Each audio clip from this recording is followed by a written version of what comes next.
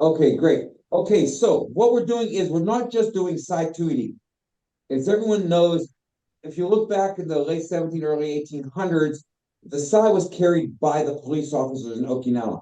So what this seminar is for is not just the Tuidi, but all the techniques that a police officer possibly would have used as it. So what I've done is a lot of my instructors were police officers or retired police officers or law enforcement. I had one instructor who was a CIA agent. So what I did is reverse engineer it because there's not a lot of documentation on how it was performed. So what we're going to do is start out with basic blocks, basic strikes, explain to you how it's done, and then we're going to add the 2D with it, and then some trapping and locking to finish it up. All right. So I'm going to go slow. If anybody has any questions, feel free to answer the questions. I'll answer them to the best of my ability. So what we want to do is, what I'm going to show you first is if you can see this chart in the back. This is from Menondoc. I don't know if you know who that is, but they make the expandable batons. They make the PR-24. And what it was this is what they used to train all the police officers with. Now, if you can see this, I'm going to have to pull up my camera closer, but give me 1 second. We're going to try and pull the camera a little bit closer just so you can see this. If we can get it in closer, just for a second.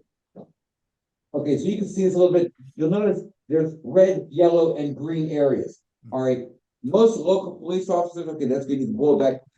When police officers train, then, and I'm assuming it was probably very similar in Okinawa, when you're taking care of someone who's attacking you, someone who you have to arrest, detain, you want to strike the green areas. So what I'm going to do is I'm going to show you where those are with the side. So if you look at him, oh, I'm going to turn this light on a little brighter so I can't see. Very good. Is that better for you guys? It's Okay, good. so into the collarbone, the bicep, the forearm, and the legs. It was the thigh, the calf, and the stomach, and then on the back, you could get into the back, basically in the triceps here, or up into the top of the muscle here, and into the lats here. That was mostly the safe areas. What you did is, what that would cause is muscle contraction, so you control the leg, control the arm, without hurting the person. So, that being said, when you block with the side or use the side, you didn't do it like most of you guys who have done side training before. Normally, you block this way. So if you grab, okay, just use a knife for now. If he's coming down with the knife or the side, you would block this way because what you would do is you would drop it to the side and strike. Obviously, from a police officer, I'm not going to crack him in the head or try to break his collarbone. There's going to be all kinds of other problems, especially since I have some other higher authority that I have to explain to. So instead of locking it this way, what we're always going to do is when we're blocking, we're going to have it facing this way. Okay, let me put it against something dark so you can see. So we're going to have it facing with the yoku forward as opposed to the yoku sideways. Okay, so that's what it's going to take us. So that's the first thing it's going to take us differently. So we're going to do without this knife. We're going to do just basic blocking so you understand it. If he's doing an overhead strike, I'm going to block it. Now you see the yoke is going to be facing forward because my goal is to want to trap to do my locks. If he's swinging to the right, I'm going to block it. Again, yoke is forward because I want to lock and trap. He's swinging backhand, I'm going to do again. The yoke is going to be forward because eventually I want to get it to lock and lock into here. If he's going a straight stick, again, if you notice the yoku is down, I'm not laying it flat here because again, my goal is to trap and lock.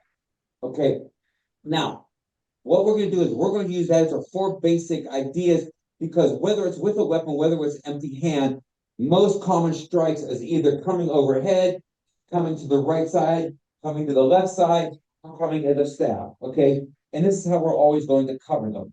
All right, now with that, when you see later on in this, we're going to work with a club, we're going to work with a knife. These would have been the two most common units that they would use to attack with.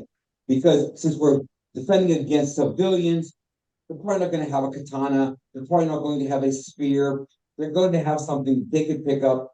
A knife was probably the most common edged weapon.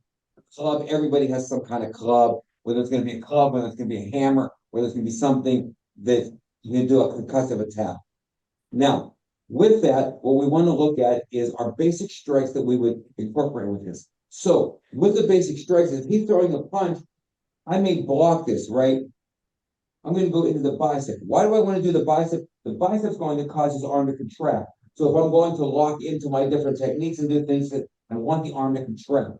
Same thing with the forearm. I want to smack into the forearm. And when we look at the forearm, we're going to look at, we have a radial nerve and an ulnar nerve. Okay, so we ideally want to hit this. We don't necessarily want to break the bone, but we want to cause this pressure here. You can see just by applying pressure here, you can see the reaction my partner has.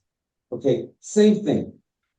Common in modern police departments, which would be the same as now, we're going to turn opposite way, is there's two major nerves that we want to look at. We want to look at common peroneal. Anybody that's wearing pants, best way to find common peroneal is right where you see the stitching would be in the pants. That's the common peroneal, okay? Police use this all the time. If he's throwing a punch at me, when I sidestep, boom, I'm going to blast this. This is going to drop him. Now, same thing is if I get further, so I'm going to just turn him to make it easier. I want to strike sciatica. Sciatic nerve or common peroneal. Every police officer, every country, you're going to see common is if he throws a punch, I'm going to block here, strike, boom, I'm going to take him to the ground. Classic techniques, everybody uses it. So I have to believe that the Okinawans who understood the body were doing the exact same things. Right. Okay, so what we want to do with this is we want to build up. We want to understand. If he throws a punch, I'm going to block the arm. I'm going to strike the common peroneal. Now, this gives me the opportunity, if I want to, I can lock and trap. Okay, and this is where we're going to get into the meat and potatoes of this. Now that you understand where we want is our striking areas, where we want is our blocking areas. So now what we're going to do is we're going to get into the Tuidi, which is going to be more. We're going to move a little closer to the camera so you can see these. If you have any questions, feel free to ask. So we're going to switch positions again. Now, we're going to start with the easier ones, and we're going to work to more difficult ones. Now, obviously, if this person comes up, say he's someone who's in a bar, he's drunk and that. Now, the old tradition, if you've ever read, they used to say that when the police or the constable that had a side, he'd walk up and he'd use this as almost like his badge. Say, look, I'm a police officer. And they would put this up. That way, most of these people understood he's some person of authority. I don't believe this is true. Why I don't believe this is true is because he could grab this. Yeah. He could obviously hold it way better than I am, only because everyone knows a size taper. There's no way I can physically hold this better than he could hold it. So I believe when they would come into a place, they would probably draw it this way and say, look, I'm a police officer, or I'm the constable, or say, look, I don't want any problems. I want you out of here. So we're going to start with this. If he grabs this, first off, he's going to try and grab this because he's not going to want me to use this. So here's your first one's going to be. You're going to lock into here. So you're using a yoku into the wrist. Now, my belief is the more hands you could use, the more force you could use, the better. So once I have this, I'm pressing against the top of this. It's going to apply the pressure real nice and easy. Okay. So when you look at this, we're going to lock it in, apply the pressure. Now, if I want to get this even worse, I can release, use my hands, and I can really crank. But we're going to start with the basics. He's going to grab, I'm going to lock in. Okay. Always cover this. You can see it. Let me move in close to the camera so you can see it. You see I'm locking over his wrist. Now, I want to use my other hand, or I want to use my other hand covering it. I don't want the side to slide off. Now, with that being said, I want to bring up to one thing that's called weapon fixation. I don't know if anybody's familiar with this term. It's a common police term. What that means is whether he has a weapon or I have a weapon, and somebody takes my weapon from me, especially attackers, they look at a weapon as being their power. So when a person is drawing a knife in that with that, and you disarm him, you'll see a lot of times that the person will chase and go to pick up the knife instead of continuing the fight. Knife fixation, because they look at this as their strength. So as a martial artist, we also don't want to get into that. So if he happens to get this side, I continue on with the techniques I'm doing. I don't say, oh, I got to get the side back. Don't fixate on your weapon. Now, again, if he grabs, I can take it to the other side. Taking to the other side, I want to make sure my hand's there. I can bring them down the exact same way, okay? So with this hand, we can go over, we can go around. Again, I'm locking into this wrist. Now, one of the things I'd like to do, especially if I'm doing this way, I like to put my other thumb here. Why that is because if you look at here, I got my hand locked in here, so he cannot pull his arm out. His wrist is too big, and he can't take it out through the yoku because I'm locked in. Now, we're going to do the exact same thing if he grabs with the left hand. Now, one thing that's important is one of the things I don't want to see is what happens is people want to switch in the fight and do this kind of thing and switch from hand to hand. Anytime you release a weapon to switch, you're putting a risk of losing your weapon. So if he's grabbing with the left hand, now you notice I'm going to switch the opposite way. I'm going to come over top, same thing, I'm going to lock, pull him down. Very nice. Now if he grabs, now I can also, again, take this one over. Again, I'm locking. Now this, one of the things I want to do with this is when I have the open side that I can't really come underneath, is I want to control his hand because he can easily just let go of me and slip out. So as soon as he grabs, I want to lock in here. I have this. So even if he tries to pull away from it, I still have my pressure, but I also have control of the hand. So I have the lock here. Same thing. So you need to see that one again. Yes, no, or do you want me to move on? I've got it. It makes sense. Okay, good. Now, same thing is he may grab my wrist when I already have the side extended. If he grabs my wrist now, we're going to switch it. We're going to literally flip it over and grab a hold. So if you see, I'm going to flip, grab a hold. Now I got both. Now, I'm not going to be able to lock the yoke. And if I can, that'd be great, but that's going to take way too long. I'm just going to lock it. Now, again, I have him compressed between my two hands. So even if he opens up his hand, I still have him locked in here. Same thing, same kind of pressure. Now, I could take this to either direction, but it's easier to come up and over. Same thing with the left hand. Of course, I'm going to go the opposite way. I'm going to bring it. It would be too difficult for me to try and rotate it, so I'm going to lock it over. This time, I'm going to keep my thumb locked in here. Again, I'm going to apply my pressure right here. Good? Yes? Everyone can see it. Oh, I have somebody trying to lock back in. Let me give a second on this real quick. See, Kyle locks in. That way he doesn't miss too much of this, okay? If he's going to lock in, then what I'll do is I will go over the last couple ones real quick again. I don't want to take too much time repeating everything, but if Kyle seems to be locking in, we're going to move on with that. Okay. Next one is also if I have my side extended. What he may end up doing is grabbing my side, because if I'm trying to do something with him, he may grab a hold of the side. I want to grab behind the side, and I'm going to turn his arm here. Now, if you've ever seen this, and I'll show you this without the side, this is called a nikyo, okay? If you're familiar with a nikyo, if I'm going to do this, this position is called esuji, okay? If you notice, it forms an S. An old style, this is called esuji. And when we're doing all of these, there's two basic positions. This is called esuji. This is called ko. Just like when you're writing Japanese or Okinawan, when you're writing hiragana, this position is called ko. So when he's grabbing my monouchi, when I bring it in, you see how I put his arm in the position of esuji, and then I apply the pressure. Okay? Same thing, going to be very, very simple takeout. If he grabs with the left hand, it's going to be just the opposite. I'm going to lock it in. You see, I formed his arm the same position. I'm going to apply the same pressure. Okay? So everything that you're going to see when we do it with a side is going to be different on the left side as the right side. And that's one of the things that we need to really kind of focus on. So if you watch again on here, I make this, you see where you can see this esuji is forming. This is where I want my pressure. When I take it to the opposite side, and remember, I want to get a hold of the side first.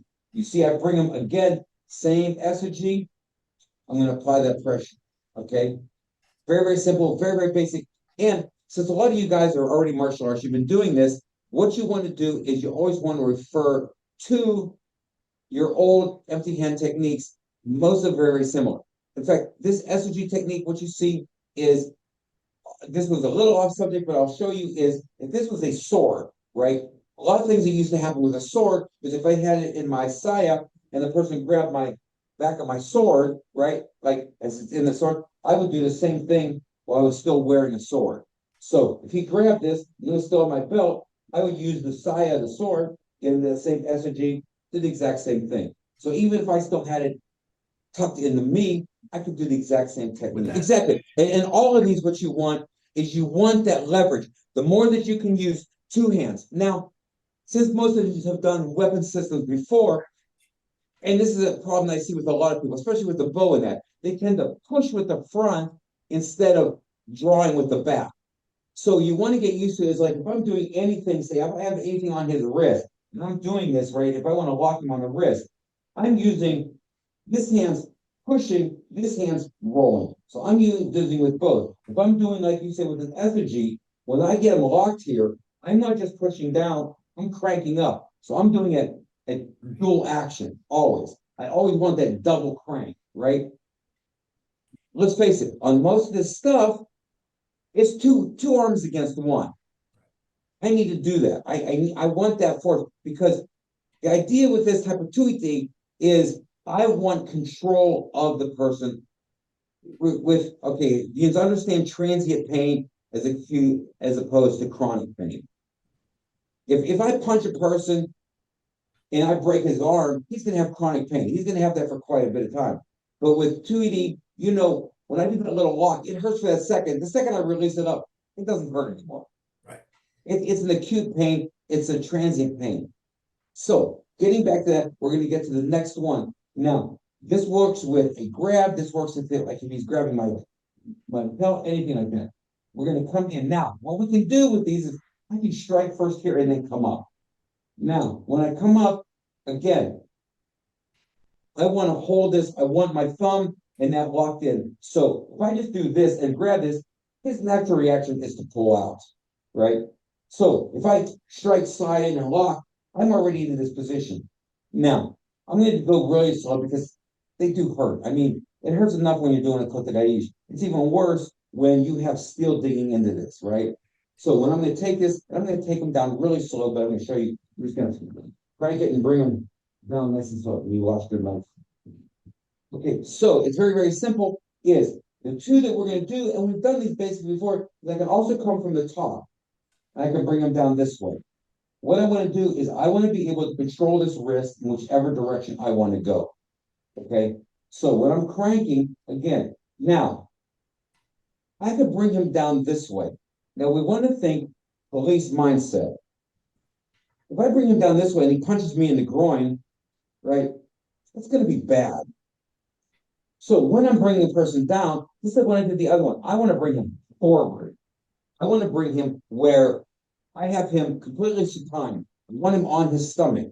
Same thing when I'm doing the one from here. When I'm bringing him down, I want to bring him all the way to his back, and I want to be in enough of a distance from here where I can control him. Now, we're going to take this to another step later, and I'm going to show you what we're going to do with that. Now, next one. Now, did you need to see this? Now, same thing with this is if he grabs my left hand, excuse me, his left hand, it's going to be the same thing. I'm going to come up underneath and here, okay? Or I can come down and here. Now, with these wrist locks, again, it has to always change with both sides. What I mean by that is, for me doing the kotegaishi here, you see I'm facing out from his body.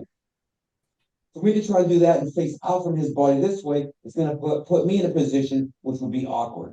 Okay, so I'm going to obviously come in from the outside. So if he's throwing a punch, if he's doing anything, he throws a punch with his left hand or his right hand, left hand, doesn't matter. Here, I'm going to come from the outside. If he's doing it from the inside, I can come from the inside. So I want to work inside or outside depending on which arm I have.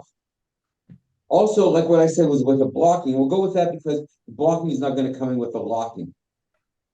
One of the things I don't like is almost like when you look at a bow. If you look at a bow, some people will block with a bow. Block, block. Okay. I prefer block and block, and I will tell you why. Okay, or excuse me, block, and I'll tell you what. If I'm blocking this way, that's fine if he's throwing a punch. Now, if he happens to have a weapon, okay, when I block this way, you see where his weapon is as opposed to my arm. I'm getting cut. If he has a club, I'm getting my elbow broken. But if I'm doing this to this way, it allows me to keep both of my arms behind the weapon. Okay? If he's slashing from the other side, again, I'm still behind the weapon. I'm not going to block it this way, where it's going to allow me. In Filipino arts, they always say steel before skin. So we always want to think that my weapon is before my arm, not my arm in front of my weapon or my knife. Like with a lot of Filipino arts, you'll see they'll do things like called a cruzada. Well, if he's cutting with this, okay, they'll do this kind of thing. See, steel's first. So I'm going to block here, right? I don't want to do this where my arm is in front of my weapon. That risks me either cutting myself or him cutting me. So we always want to think, especially as law enforcement, as someone who's trying to repeat old law enforcement stuff, we want to protect ourselves, control our opponent, but ideally try to do as less trauma, as less pain stuff on my opponent as we're going to do. Okay? So, getting back to that, he's going to put his weapon away. Same thing if he's grabbing. Now, again, I'm going to come, I can either strike this or strike underneath the armpit. So I want to strike here, I'm going to bring the arm up. Now, that brings the arm into position. Now, I can use my other arm here. It allows me to lock the arm. This is going to be my takedown, okay? Same thing with the other side. If he's grabbing, punch, doesn't matter. I'm going to strike his bicep. I'm going to switch the opposite way. So I want to come up to this bicep and lock him here, okay? This allows me to control the arm and do the takedown. So if you look, we'll take from this arm so you can see it better, is I'm coming here. Now, what I want is to cause a certain amount of trauma. Remember we talked about the bicep and boom, I want this bend. This gives me that position. This allows me to come in here. Now, for all you guys who've done jiu-jitsu and that, you know this is called a Kimura. Okay, we got them locked in. I can take the arm. I can even use this as a support and lock the arm and take the weapon out. Use this like into the collarbone, lock it back in the opposite way, lock it here this way. Now, once I can lock this into the elbow or the arm, you can see I can hold him with just a side. Now, same thing with trapping. Now, what I can also do is if he's throwing a kick, I can just block the kick. Again, we want the yoke facing. If I block the kick and lock him, which I'm trying to be gentle on my partner, I can lock him into the wrist here, or into the ankle. So I have it. So if I'm going to block, boom, I'm going to block him, trap, right? Now I have his ankle locked.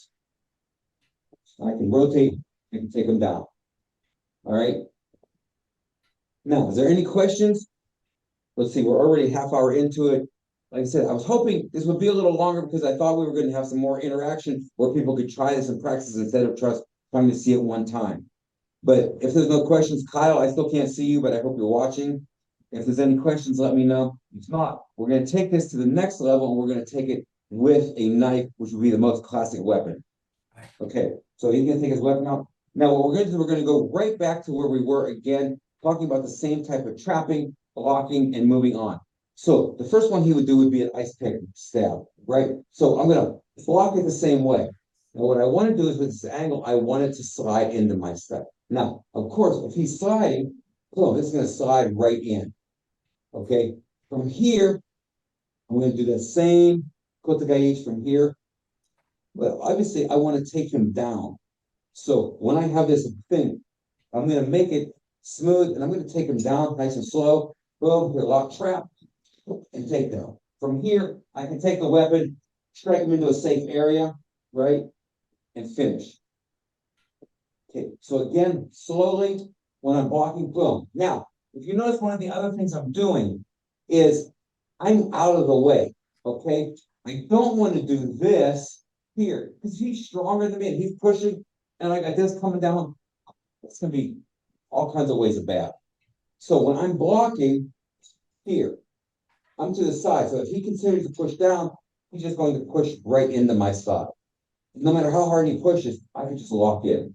Okay, and trust me, these wrist techniques, they're not pleasant. Now, with a slash, we'll go slow with this because these are difficult. You want to be really careful. One of the things I don't want to try and do is he's slashing me. I could do this. The problem with this is if he knows what he's doing, he's going to slide under me and cut. And he's going to slide under me and cut. Okay. So if it's a right hand slash, the more efficient way is when he slashes, I'm going to circle it, repair, because he's going to come back on me. All right. What you have to do is you have to understand knife mentality. Now, I'm going to take the knife for a second. So you understand is when I'm in my knife mentality, if I'm slashing, I'm not going to usually slash the same side. So I'm not going to go 1, 2, 3 at the same side. It would be ridiculous. It wouldn't be fast. So almost anytime you have a slash, you're always going to come to the other side, whether it's here in the same place, here in the low, but you're always going to come back and forth. That's just natural. That's what everybody does. I've been in multiple knife fights myself. I've been cut multiple times. Okay, same thing. When it comes to an ice pick type of stab, it's not like you see in the movies. It's not like that. Yeah, and stop. Right. This is not Friday the 13th. They're gonna stab, stab, stab, stab, stab. Okay. Same thing with the other one, which is the other typical one, is a thrust. Normally, with a thrust, the person's going to get close and thrust, or thrust, thrust, thrust. Okay, that's the three major types of cuts that the person's going to do with a knife.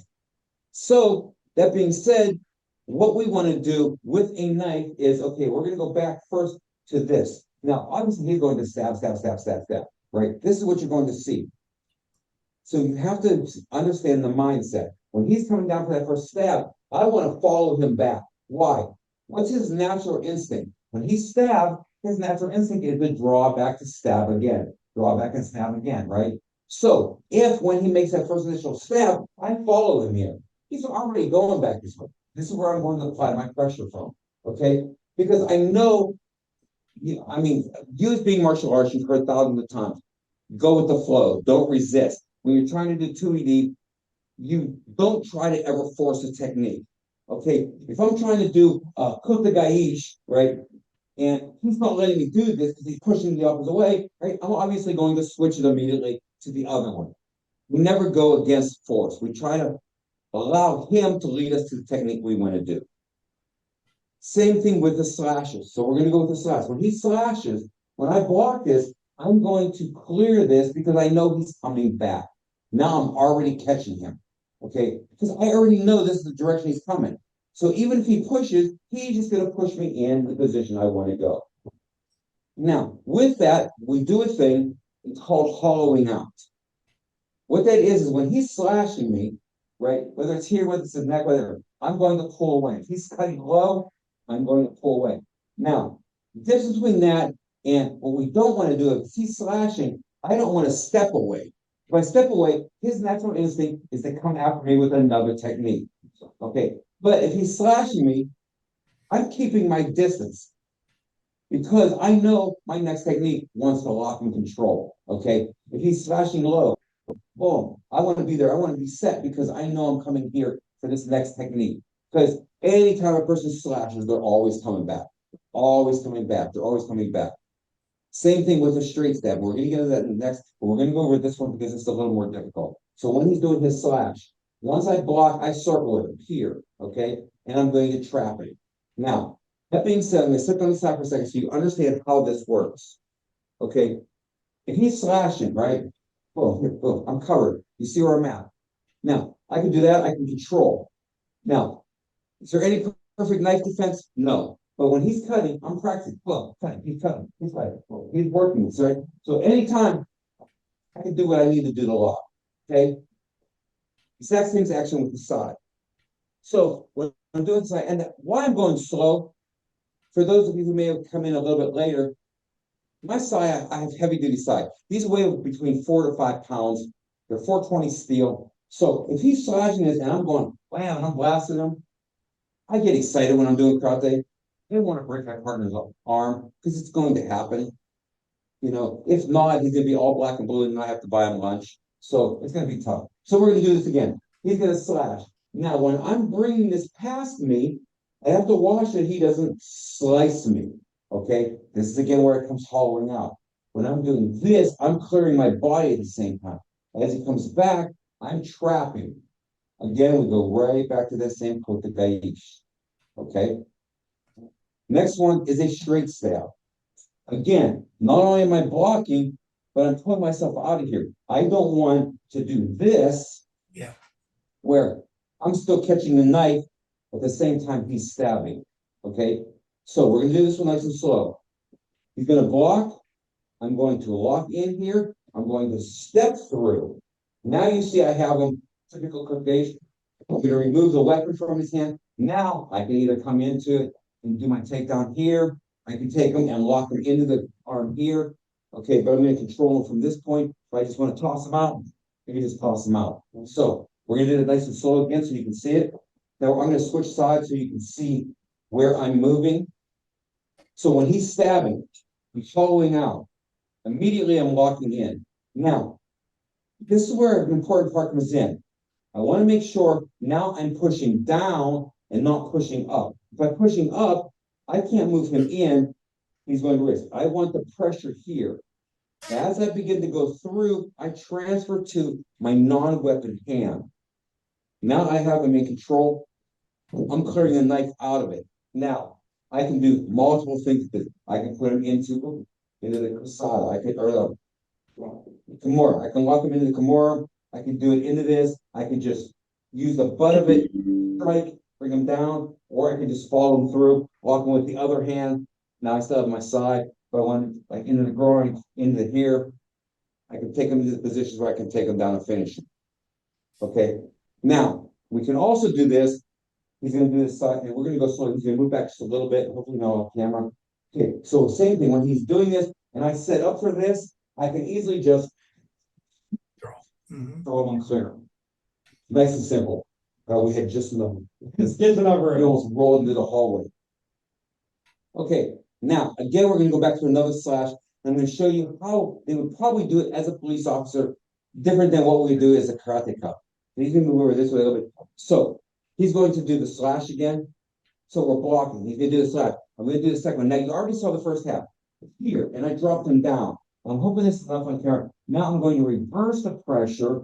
I'm going to rotate him down here. Okay. Now I have him controlled here. Now I can strike him, right? I can remove the weapon. If this was a cuffing situation, I would instruct him to bring his other hand behind him, right? And here's where the cuffing would be. Okay. So I'm going to do that real slow again, just so you can see how this would work. All what you're not going to go fast, but he's going to be hot. Boom, I'm going to block here. I'm going to lock here, bring him down, maintain the pressure, bring him to his back, control and finish.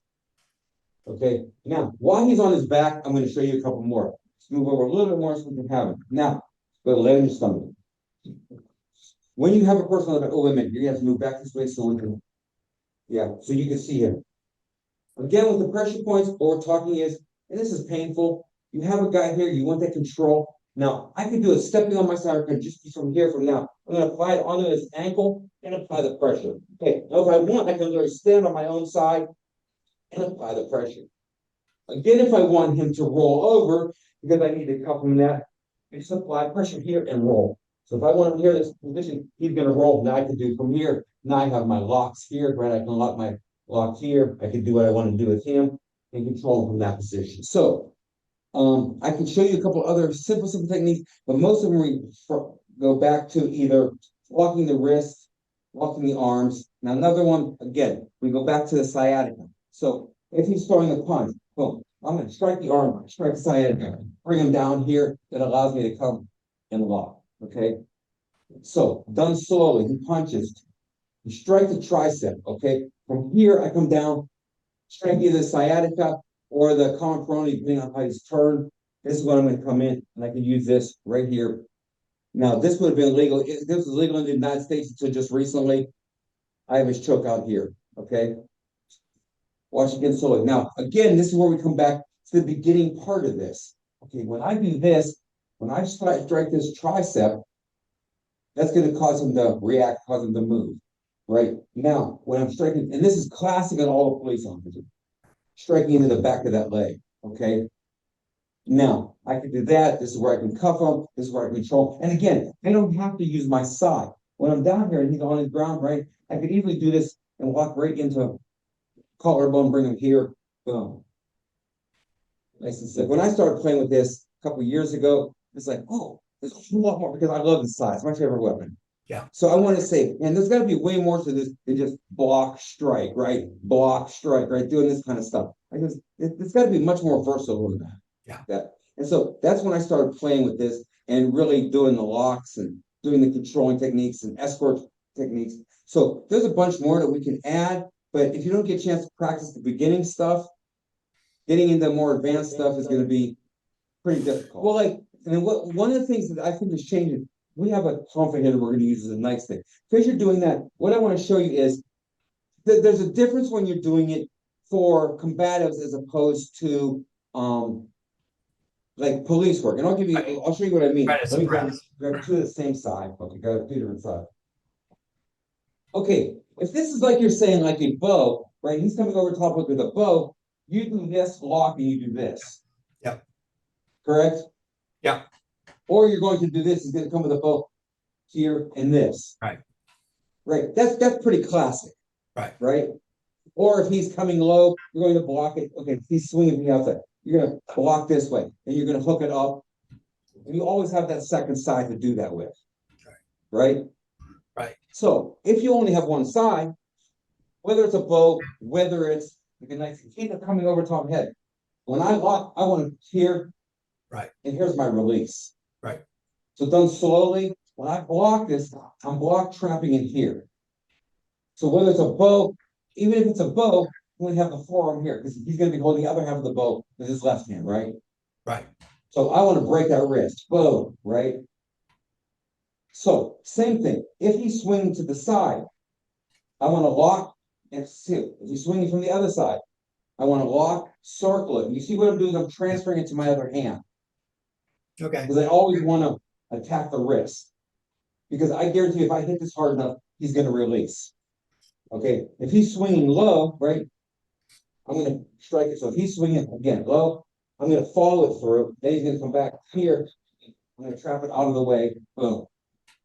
Here, okay? So I always want to take it to my non-weapon hand. Okay. So that's one thing that's going to be way different as opposed to, you know, like I said, doing two side. With two side, it's always a block and strike, right? Always.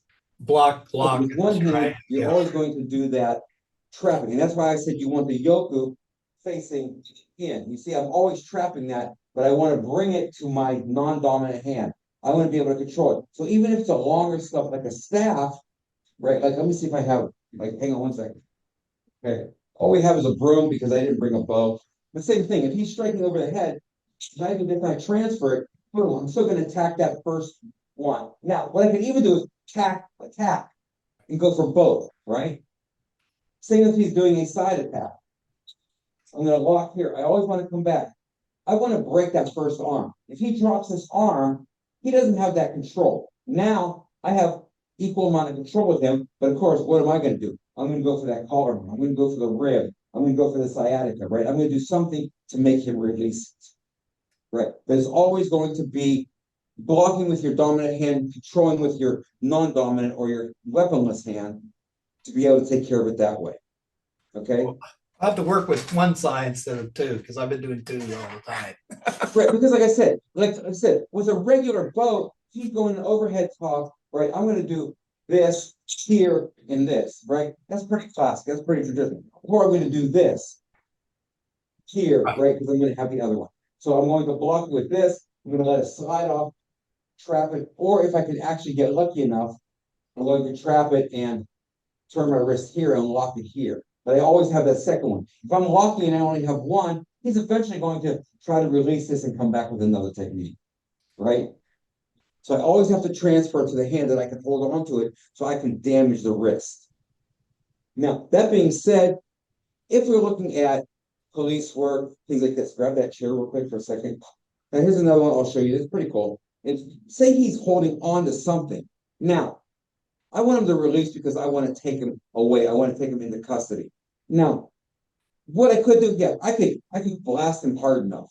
But if I just use my side, into that radial nerve, I apply that pressure, right? Same thing. If I can get to the other side, if I get to the opposite side, and I apply against that, you have the radial nerve and the ulnar nerve. If I'm applying onto that nerve, I can lock it in there and I can just apply onto that nerve. That's going to get him to release. Okay. So I can pull right into that nerve. I don't even have to use a lock of that. This is more for something that's like, if he's holding on, I'm like, come on, we have to get out of here. You have to go. I'm going to apply that pressure. Now I might go into like the typical locks we do, this type of thing, right? If he gives me still a problem, then it's going to be into the sciatic nerve. It's going to be in the common peroneal, up into the ground. Then I'm going to cuff him.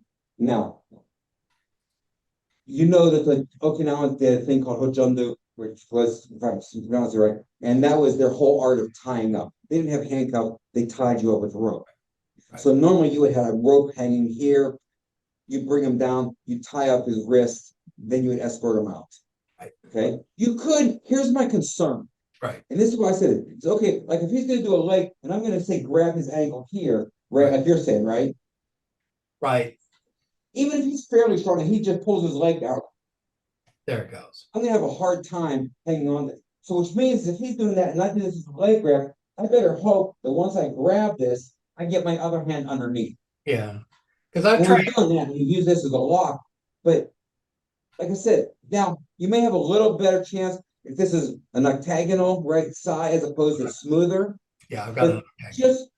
just for the fact that this is tapered, me holding on, this taper is always going to allow that to slide off more, right? So I want something that when I'm locking, it's going to come down here, or I'm going to a heavier spot as opposed to letting it slide off to the narrower, no doubt.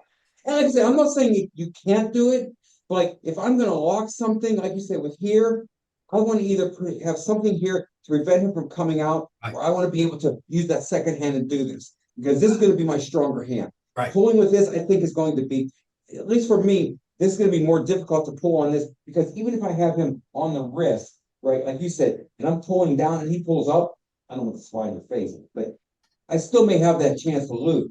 But I know if he's pulling up and I just get the second hand here, now he pulls. Now you can do this. Right. Right, Exactly. now I can do this. Yeah. You know, I think you're on definitely the right track. You're Right. thinking the right way. And this is why I think the pressure testing is so important.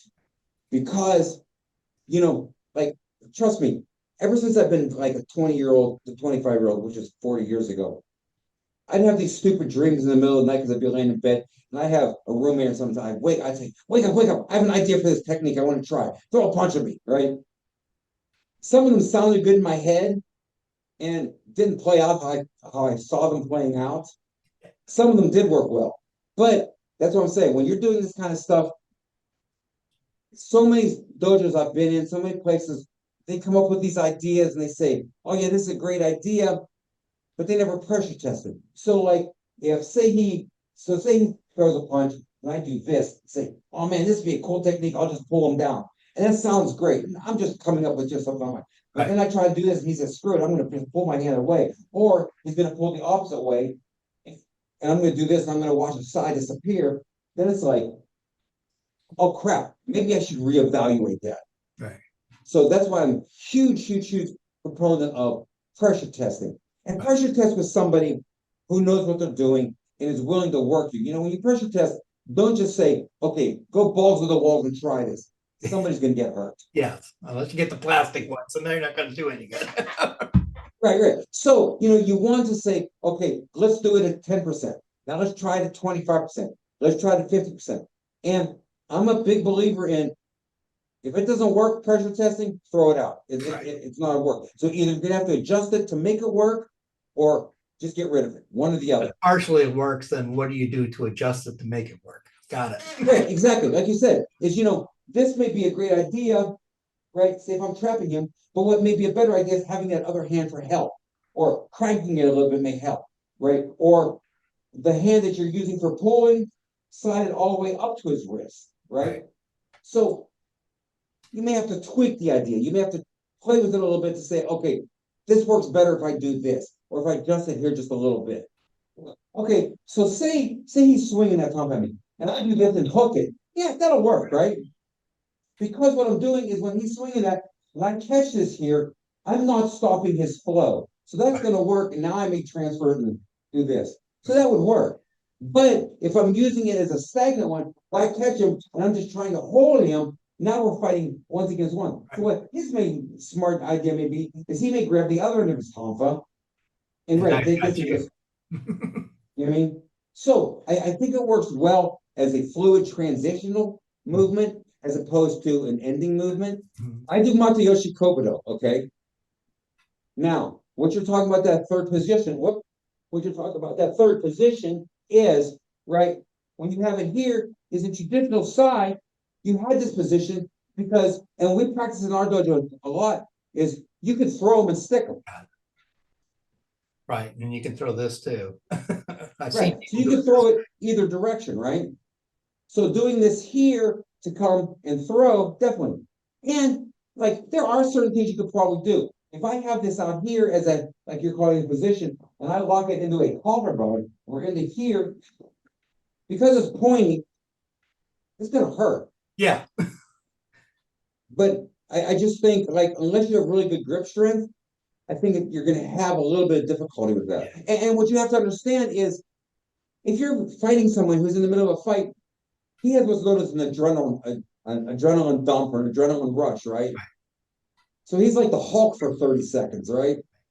right, So if you even hook this into him, he's like, screw it, right? You right. may watch your sai go flying past him. This might be a topic for a whole different seminar, but I'm kind of wondering with your knowledge of Sai, do you see any of these techniques used in our traditional kata, or what katas do you think translate best to being able to use these I techniques? do. Like, are you familiar with like Zukichita Haku no Sai? I'm not. I'm I've not seen with it. any of the Sai kata, I actually. Okay, one of the things you see in a lot of sai katas, and you normally have two sai, right? And you see like this action where you see here, here, boom, right? Or you've seen like X block here, boom. I believe a lot of that is a locking and trapping idea. So, you know, like if you had that bow, or say if you even, yeah, okay, either one. Okay, so, you know, when you see this move and you come out and he did this, right? I believe you're trapping him in doing this kind of an action. Right? Now, again, remember the traditional katas were designed for destroying your opponent. Mhm. So if you look at like even when you see like this kind of stuff in a sai kata, right? One of the things that I like to do, let's throw it up on the side so you can see it, is if this person throws a punch and I strike the ribs and then jab into the ribs, right? In Matayoshi, when we do this strike here, we always hold it to the 45. When we do that is I'm striking the collarbone, but I'm using it at this angle so the yoku fits right into this part of the throat. Hmm. So we use the yoku a lot, not just the monouchi. But I do believe when you see this kind of stuff, like in the katas, they do this and bring down.